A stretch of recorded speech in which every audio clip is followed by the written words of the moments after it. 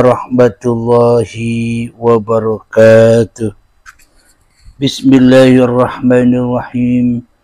Ashhadu an la ilaha illallah wa ashhadu anna Muhammadar Rasulullah. Allahumma salli ala sayyidina Muhammad wa ala ali sayyidina Muhammad. Rabbi israh li sadri wa yassir li amri wahlul 'uqdatam min lisani yafqahu qawli. Amin. Bismillahirrahmanirrahim. Salam hormatku, salam ta'zimku buat para sahabat-sahabatku tercinta dimanapun Anda berada, baik yang ada di dalam ataupun yang ada di luar negeri. Semoga kita semua senantiasa di dalam lindungan Allah Subhanahu wa Ta'ala. Amin ya Rabbal Alamin. Kali ini kajian kami beri judul Nama Ruh. Sebelum itu, marilah kita perdengarkan bersama-sama kajian sahabat kita, kajian saudara kita, Buya Ar-Razi di dalam kajian Nama Roh. Mari kita perdengarkan bersama-sama. Yakin gak kepengen punya nama ruh? Tarnya Solo. Kita masuk semua, amin. Nama ini, itu kalau boleh disebut nama, meminta supaya nama kita nanti masuk ke daftar orang yang Nabi beri syafaat di padang mahsyar. Itu hakikatnya sebenarnya. Kan di padang mahsyar itu dikatakan, Nabi Muhammad mencari umatnya. Sedangkan umat-umat itu mencari Nabi Adam. Wali-wali itu sebenarnya dia punya nama ini. Nama dirinya. Saya udah sering mengatakan teman-teman, antum sekarang namanya ini siapa yang ngasih? Bapak. Kalau masuk kubur berlaku nggak namanya? Ada nggak yang punya anak atau saudaranya, tetangganya udah berapa hari belum dikasih nama? Ada kan? Artinya nama itu tidak kekal. Kenapa? Nama KTP, nama kakak bisa dirubah-rubah. Iya kan? Hah? Itu nama jasad yang ngasih bapak kita jasad atau kiai siapa gitu. Kalau dikasih kiai berarti dapat syafaat kiai ntar. Tapi syafaat kiai kan panjang birokrasinya, dari gurunya gitu ya. Antum masuk ke komunitas tarekatnya dikasih nama. Ah, nama itu kalau berdasarkan sanad tarekat ya lewatin tarekat dulu. Panjang. Tapi kalau Al-Ghaus langsung ke Nabi. Kalau walinya Al-Ghaus ya semoga antum masuk, kita masuk semua, amin. Nama ini itu kalau boleh disebut nama, meminta supaya nama kita nanti masuk ke daftar orang yang Nabi beri syafaat di padang mahsyar. Itu hakikatnya sebenarnya. Kan di padang mahsyar itu dikatakan Nabi Muhammad mencari umatnya. Sedangkan umat itu mencari Nabi Adam. Nabi siapa lagi? Dan semua Nabi itu mengatakan kami nggak punya hak syafaat. Siapa yang punya hak syafaat? Itu yang disebut Al-Fatih lima ughliq. Pembuka dari semua yang ditutup. Apa yang ditutup? Hak memberi syafaat. Dan hak memberi syafaat itu hanya ada pada Nabi dan Al-Ghaus fi akhir zaman. Ya Imam Mahdi lah, zaman kita ini Imam Mahdi. Ya semoga kita ketemu nanti. Ya. Ya Al-Ghaus ya biasanya setiap Ghaus itu punya kuota dia. Syekh Abdul Qadir, Ibn Arabi kalau di kitab disebutkan kuotanya 1000 orang. Berarti dia boleh ngasih nama muridnya 1000 gitu. Lewat dari itu nama berkah. Yang 1000 itu asli itu. Asli itu. Nama ini ada yang disebut nama makom kewalian. Dan makom kewalian itu namanya selalu pakai Asmaul Husna. Jadi di dalam Ismu Sultan itu ada titik-titik nama. Ada nur-nur, ada namanya Nur Walayah. Nama kewalian dia di bawah asma yang mana? Kalau orangnya dapat pancaran Rahman, nanti namanya adalah Abdur Rahman. Dia orang suka tobat, Abdut Tawwab. Orang suka ilmu, Abdul Alim. Orang yang kuat hikmahnya, Abdul Hakim. Itu begitu, dan itu gak dibuat-buat. Gak bisa dibuat-buat. Emang udah dari sononya, jatah rohani itu. Ya. Nah, ilmu ini yang dicari-cari orang. Ya, minimal kita udah dapat guidance-nya lah ya, bahwa ada loh di kitab. Jadi kalau ada orang nanya, kita punya jawabannya. Al-Qismul Khamis dari kitab Al-Ghunyah. Ya. Udah. Masih. Yang tadi Abdullah Abdurrahman. Itu Abdurrahman itu nama walayah, nama kewalian. Jadi kalau Nabi mengatakan Ahabul asma ilallah Abdurrahman, itu nama kewalian, nama rohani orang. Tapi Nabi sendiri punya anak, gak dikasih nama Abdurrahman toh? Kok dikasih namanya Ibrahim? Kok dikasih namanya siapa? Qasim. Kenapa gak dikasih Abdu? Berarti Nabi paham sekali, karena memang ilmunya ilmu beliau. Ini Qasim, ini Ibrahim, ini Zainab, ini Fatimah. Di dalam dirinya ada nur-nur. Salah satu nurnya ada abad apa? Abdurrahman kah? Ya, waktu Ibrahim wafat, Nabi nangis gak? Nah, itu udah ada indikasi itu. Bahwa mungkin ada pancaran nur apa di Ibrahim. Walaupun hadisnya dhaif, Nabi mengatakan, "Lau kana hayyan la kana nabiyyan siddiqan." Tapi hadisnya dhaif ya. Kalau Nabi Sama-sama begitu indahnya kajian-kajian Buya Ar-Razi yang sudah kita perdengarkan. Alhamdulillahirabbil alamin. Yang dimaksud nama Roh itu bagaimana? Yang dimaksud nama Roh itu adalah nama yang akan mengantarkan kita, nama yang akan memberikan kita suatu syafaat. Jadi bagaimana mungkin Kanjeng Nabi yang sudah wafat secara dohiriyah bisa mensyafaati manusia? Sedangkan Muhammad bukan kau yang melempar, aku yang melempar. Sedangkan melempar saja tidak bisa, apalagi memberi syafaat. Yang dimaksud nama Roh itu adalah seperti Kanjeng Nabi Muhammad yang menyadari bahwa sebenarnya Muhammadnya sudah tidak ada lagi di dalam hatinya.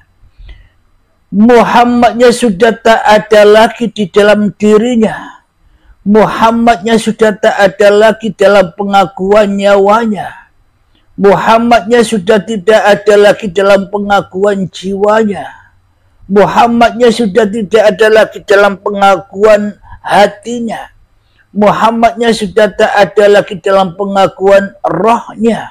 Dan Muhammadnya tidak ada lagi di dalam pengakuan hidupnya. Yang ada hanyalah La ilaha illallah. Itulah yang dimaksud nama Roh. Dari nama manusianya kembali ke nama Tuhannya. Inilah yang kebanyakan dikaji orang, dikaji tuan-tuan guru kita di berbagai macam YouTube, yakni mencari nama Allah yang ke-100. Jadi hakikat nama Allah yang ke-100 itu adalah tiap-tiap nama diri manusianya yang sadar bahwa sebenarnya nama dirinya tidak ada. Yang ada hanya Tuhannya. Itulah yang dimaksud nama Allah yang ke-100. Ketika manusianya sadar bahwa nama dirinya adalah nama syariat saja, bahwa nama dirinya hanyalah nama jasad saja, sedangkan ruhullah, sedangkan uripe Allah itulah nama yang sebenar-benarnya, nama yang menciptakan seluruh manusia. Karena Allah lah yang menciptakan seluruh manusia, dan karena Allah lah yang menyebut-nyebutkan biliunan-biliunan nama di alam semesta ini. Alhamdulillahirabbil alamin. Di dalam kajian, apabila kita masih mengkaji bioskop-bioskopnya, apabila kita masih mengkaji di luar diri kita, apabila kita masih mengkaji dongeng-dongeng yang diceritakan kitab-kitab itu, maka selamanya kita takkan pernah bisa mengkaji filmnya. Maka selamanya kita takkan pernah bisa mengkaji siapakah hakikat yang diceritakan di luar itu. Yang sebenarnya seluruh cerita-cerita itu adalah cerita masing-masing diri manusianya sendiri. Apabila kita hanya selalu melihat syariat, maka kita akan tersesat menuju kepada makrifatnya. Ketika kita hanya mencerita-ceritakan, membahas-bahas, mengkaji-kaji yang di luar, yakni dongeng-dongeng belaka, cerita bioskopnya, maka kita akan buta, tersesat dari memandang filmnya, dalamnya. Karena tanpa yang dalam, karena tanpa uripe Allah, karena tanpa filmnya, maka bioskop yang kita lihat, yang kita tahu, yang kita dengar tak akan pernah ada. Itulah yang dimaksud nama roh. Selama ini kita hanya melihat, menyaksikan, mendengar nama-nama jasad-jasad saja, nama-nama makhluk-makhluk saja yang demikian banyaknya. Bila kita selalu melihat makhluk, maka kita akan selalu buta memandang Sang Khalik. Bila di dalam kajian kita hanya mengkaji makhluk-makhluk saja, maka kita akan buta kepada Sang Khalik, yakni pencipta makhluk. Jadi sesungguhnya di dalam yang diceritakan alam barzah itu, manusia sibuk mencari juru selamat. Ada yang berbondong-bondong manusia mencari Nabi Adam, mencari Nabi Idris, Nuh, Hud, dan sebagainya.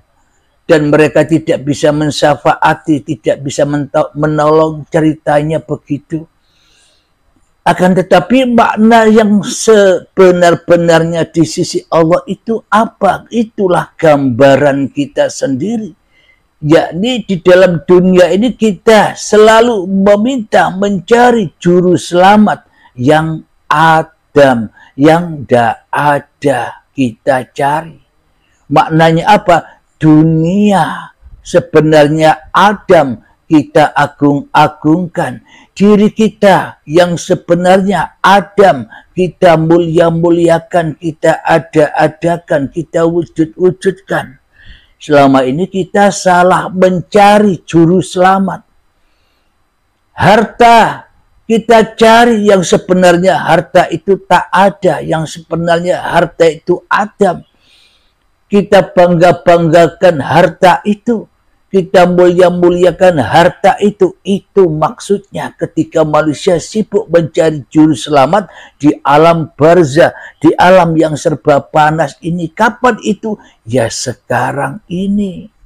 Manusia pada sibuk mencari dunia daripada mencari Muhammad Rasulullah, daripada mencari uripe Allah.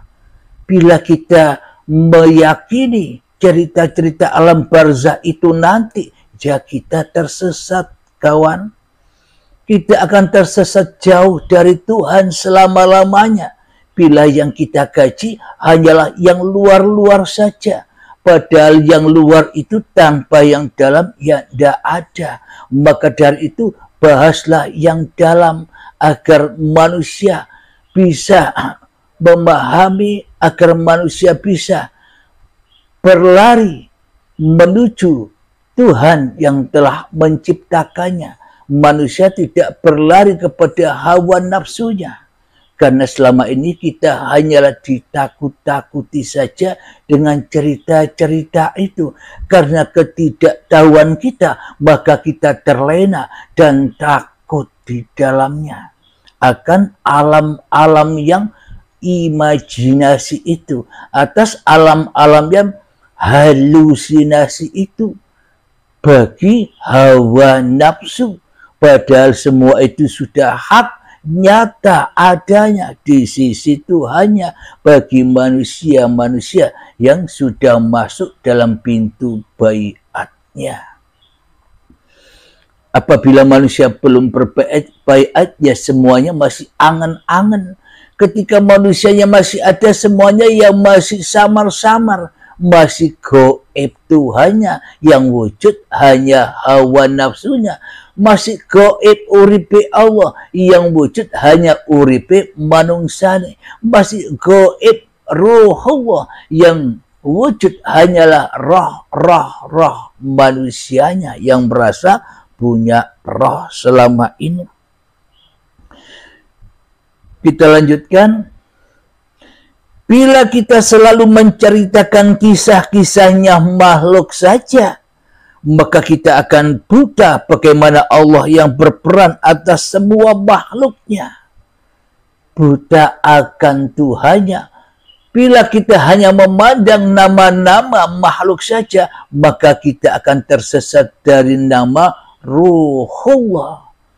Ya percuma saja kita mencari-cari nama roh, tapi yang kita bahas masih nama-nama makhluknya di dalam masing-masing hati kita. Dan apabila manusia berharap syafaat kepada makhluk, yakni Muhammad, maka ia akan tersesat dari hidup atau uripe siapa yang menghidupi Muhammad.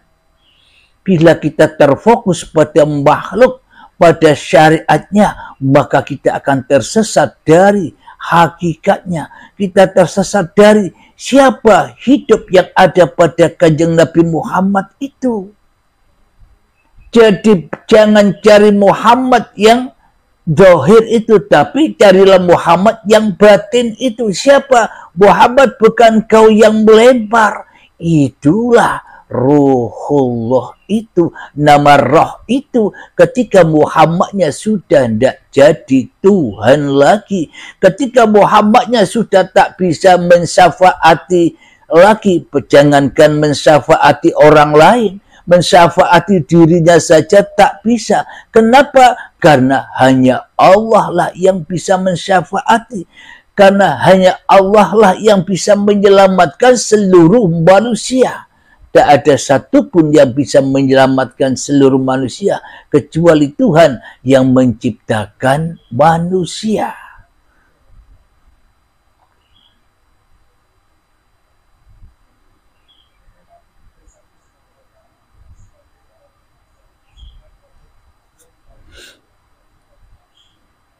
Jadi itulah yang dimaksud nama roh.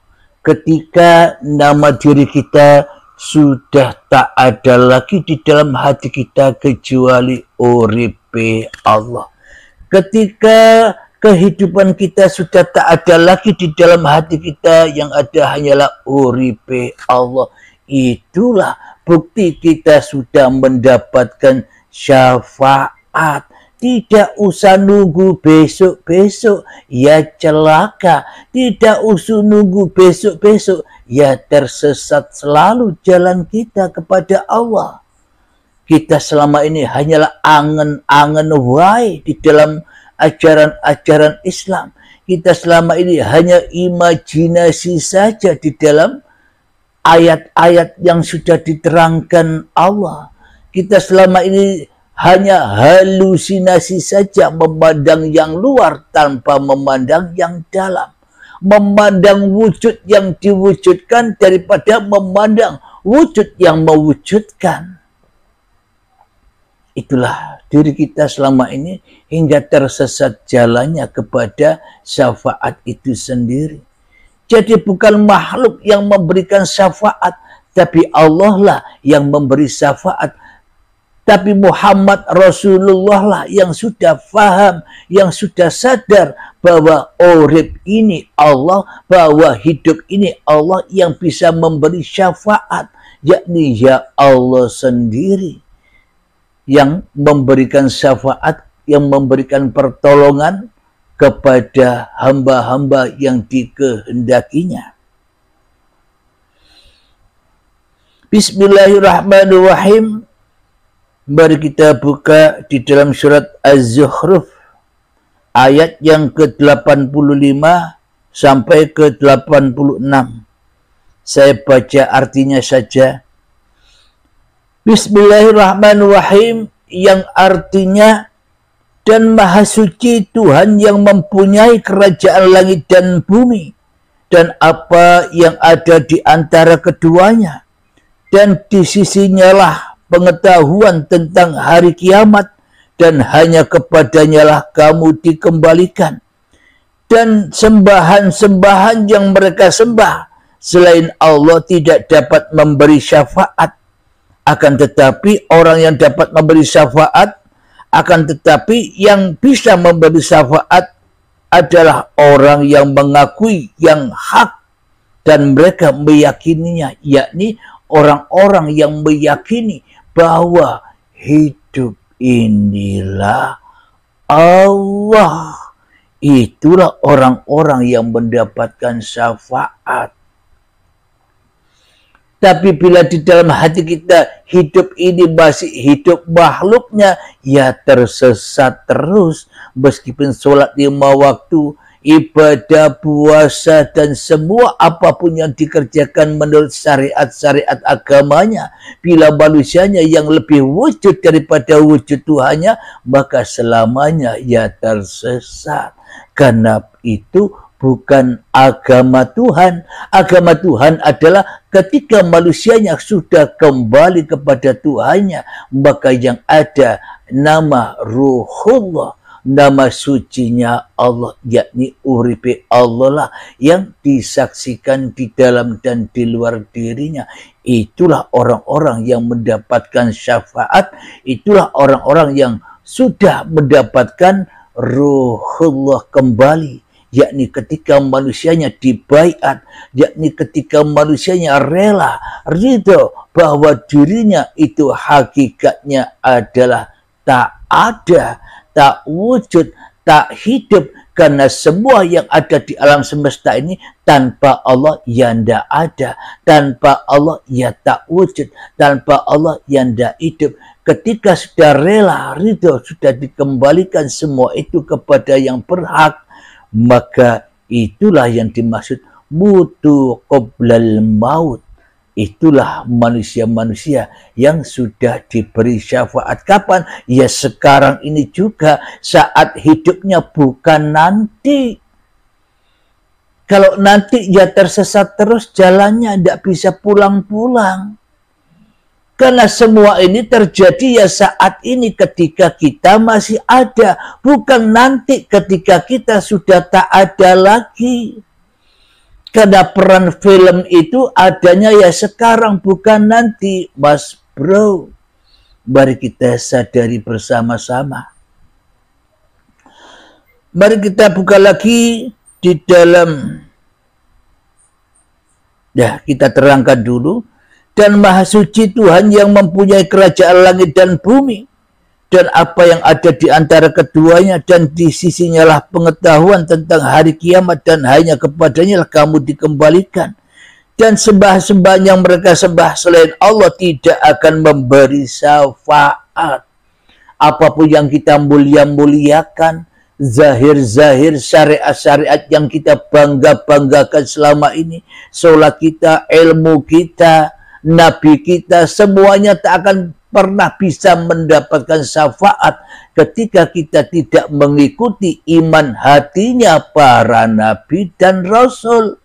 Ketika kita tidak mengikuti hati, iman hatinya Nabi Muhammad. Muhammad, bukan kau yang melempar, aku yang melempar. Ketika diri kita masih ada di dalam hati kita, kita tidak bisa diselamatkan, kita tak akan pernah bisa mendapat syafaatnya Muhammad Rasulullah. Kenapa? Karena imannya tidak sama. Karena iman kita selama ini sama dengan imannya Fir'aun.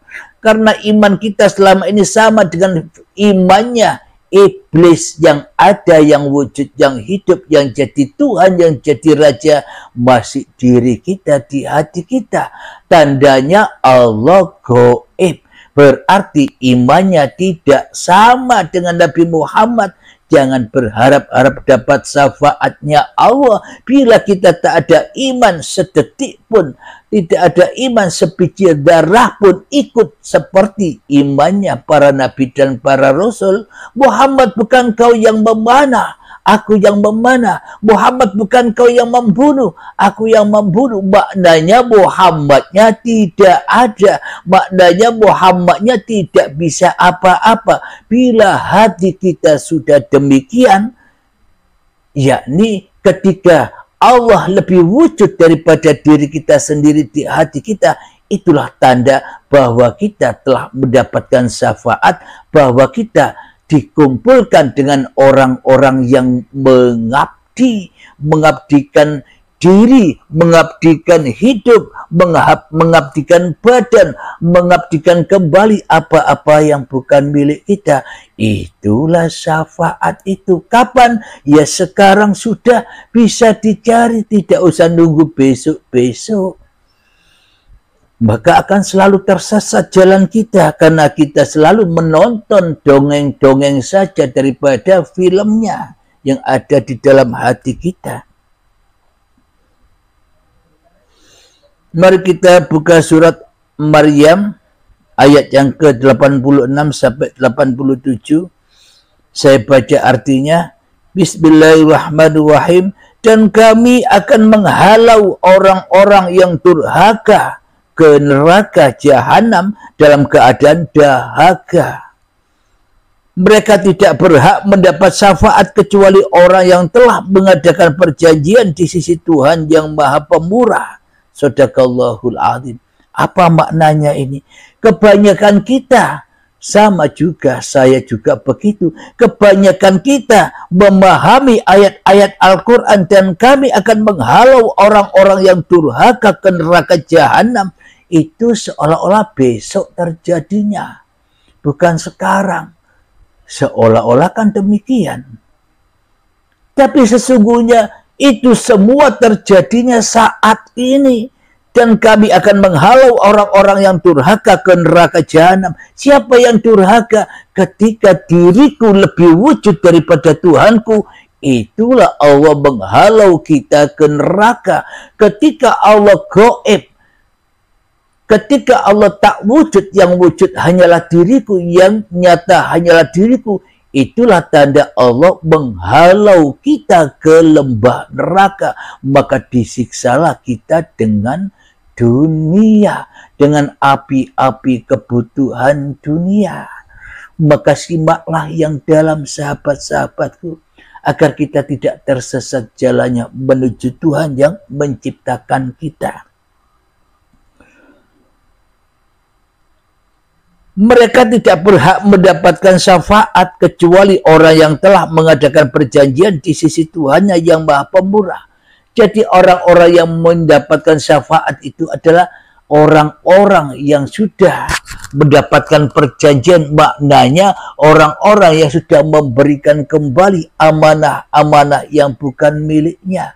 Hidup bukan miliknya, dikembalikan lagi kepada uripe Allah. Badan bukan miliknya, dikembalikan lagi kepada uripe Allah. Segala sesuatu yang kita kerjakan bukan miliknya, sudah dikembalikan kepada lillah. Apa yang menggerakkan diri kita, yakni uripe Allah, maka hanya orang-orang itulah yang mendapatkan syafaat di sisi Allah. Karena hatinya sudah kembali kepada Allah. Karena hatinya sama persis dengan hatinya para nabi dan para rasul. Maknanya hati yang tidak menjadi Tuhan lagi manusianya di hatinya. Itulah nama roh. itulah orang-orang yang mendapatkan syafaat, bukan nanti, Mas Bro. Marilah kita hijrah, marilah kita beranjak dari tidur panjang kita yang selama ini hanya mendengarkan dongeng-dongeng belaka, yang selama ini kita hanya mendengarkan cerita-cerita besok-besok saja yang menipu hati kita selama ini. Ayat yang ketiga, yakni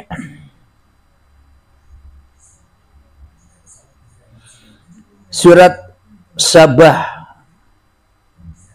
ayat yang ke-23. Saya baca artinya. Bismillahirrahmanirrahim. Dan tidaklah berguna syafaat di sisi Allah melainkan bagi orang-orang yang telah diizinkannya memperoleh syafaat itu, sehingga apabila telah dihilangkan ketakutan dan dari hati mereka, mereka berkata, apakah yang telah difirmankan oleh Tuhanmu? Mereka menjawab, perkataan yang benar, Dia dan Dialah yang maha tinggi lagi maha besar. Saya ulang lagi, dan tiadalah berguna syafaat di sisi Allah melainkan bagi orang-orang yang telah diizinkannya memperoleh syafaat itu. Maknanya orang yang diizinkannya memperoleh syafaat itu orang-orang yang benar-benar baiat, orang-orang yang sudah putus kemanusiaannya di dalam hatinya, karena yang ada hanyalah Tuhannya daripada dirinya. Itulah hakikat baiat itu, itulah hakikat kematian itu, mutu qoblal maut. Bila kita selama hidup ini sudah berbaiat 1000 kali pun berbaiat, bila di dalam hati kita yang wujud masih diri kita, sementara Allahnya gaib, ya selamanya belum baiat itu sebenarnya. Karena masih ada diri manusianya, masih baiat-baiatan, masih main-mainan baiat. Bukan baiat yang sebenarnya. Baiat itu terputusnya manusia dari iblis dan setan, manusia kembali lagi kepada Tuhannya. Maka yang Adam ditinggalkan, maka nyatalah Tuhan yang selama ini wujud, yang selama ini selalu mencipta dirinya, yang selama ini selalu apapun yang digerakkan kembali kepada Tuhannya lah yang menciptakan. Itulah yang dimaksud baiat itu. Bila masih ada diri manusianya, selamanya tak akan pernah mendapatkan syafaat dari Allah. Apa sih syafaat itu? Pertolongan. Ketika kita duduk, ditolong Allah. Ketika kita berkata, ditolong Allah. Ketika kita mendengar, ditolong Allah. Ketika kita sholat, ditolong Allah. Ketika kita naik motor, ditolong Allah. Ketika kita berpuasa, ditolong Allah. Ketika kita bergerak ke sana kemari, ditolong Allah. Itulah yang dimaksud syafaat. Kenapa? Karena yang ada hanya yang menolong ketimbang yang ditolong. Karena yang ditolong sebenarnya tidak ada, yang ada hanyalah yang menolong. Itulah syafaat, itulah pertolongan itu. Kita lanjutkan ayat yang keempat, surat Toha, ayat yang ke-109. Saya baca artinya. Artinya pada hari itu tidak berguna syafaat kecuali syafaat orang yang Allah Maha Pemurah telah memberi izin kepadanya dan Dia telah meridhoi perkataannya. Jadi syafaat itu bagi orang-orang yang menyampaikan ilmu ketuhanan, yakni para nabi dan para rasul, para aulia, para ulama, para ustadz, para kiai, para habaib, yang memang benar-benar menunjukkan jalan pulang kembali kepada Allah. Jalan pulang kepada filmnya, tidak membahas bioskopnya saja, tidak membahas makhluknya saja, tidak membahas halusinasi saja, tidak membahas dongeng-dongeng saja, yakni orang-orang yang benar-benar mengajak manusia menuju jalan Tuhannya. Itulah syafaat itu. Itulah izin Allah atas syafaat-syafaatnya lewat hamba-hamba yang dipilihnya. Seperti para nabi dan para rasul, seperti para habaib kita, seperti para ustadz-ustadz, para kiai-kiai, dan sebagainya. Itulah tempatnya syafaat.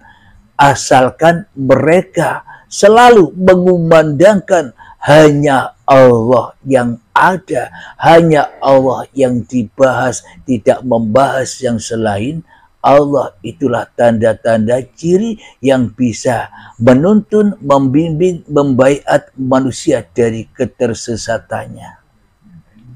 Ya para habaib, para ustadz, para alim ulama, para kiai yang hatinya selalu condong kepada Tuhannya daripada condong kepada hawa nafsunya. Silahkan cari sendiri. Ayat yang terakhir di dalam surat Al-Baqarah, ayat yang ke-255, yang artinya Allah tidak ada Tuhan yang berhak disembah melainkan Dia yang hidup kekal lagi terus-menerus mengurus makhluknya. Tidak mengantuk dan tidak tidur, kepunyaannya lah apa yang ada di langit dan yang di bumi. Tiada yang dapat memberi syafaat di sisi Allah tanpa izinnya. Allah mengetahui apa yang di hadapannya mereka dan Dia dan di belakang mereka, dan mereka tidak mengetahui apa-apa dari ilmu Allah melainkan apa yang dikehendakinya.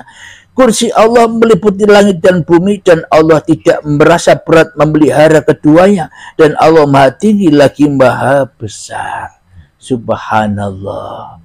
Inilah yang dimaksud nama roh tadi. Ketika hati sudah pulang kepada Tuhannya, ketika roh, ketika nyawa, ketika jiwa, ketika hati, ketika roh selalu, dan ketika kehidupan ini selalu mengumandangkan kalimah-kalimah thayyibah, yakni hanya Allah yang nyata ketimbang makhluknya. Itulah syafaat itu.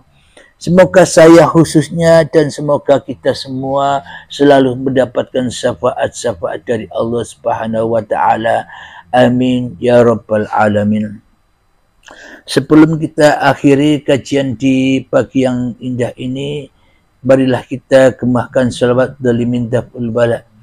Allahumma salli ala sayyidina Muhammad wa asghili zalimin biralimin. Allahumma salli ala sayyidina Muhammad wa asghili zalimin biralimin. وأخرجنا من بينهم سالمين وعلى آله وصحبه أجمعين. الحمد لله رب العالمين. اللهم يا قاضي الحاجات، اللهم يا مجيب، اللهم يا رافع الدرجات، اللهم يا محل المشكلات، اللهم يا شافي الأمراض، اللهم يا كافي المهمات، اللهم يا دافع البليات، اللهم اختم لنا بالإيمان، اللهم اختم لنا بالإسلام بجاه سيد المرسلين. ربنا آتنا في الدنيا حسنة وفي الآخرة حسنة وقنا عذاب النار. وصلى الله على سيدنا محمد وعلى آله وصحبه وسلم والحمد لله رب العالمين. Akhir kalam, assalamualaikum warahmatullahi wabarakatuh.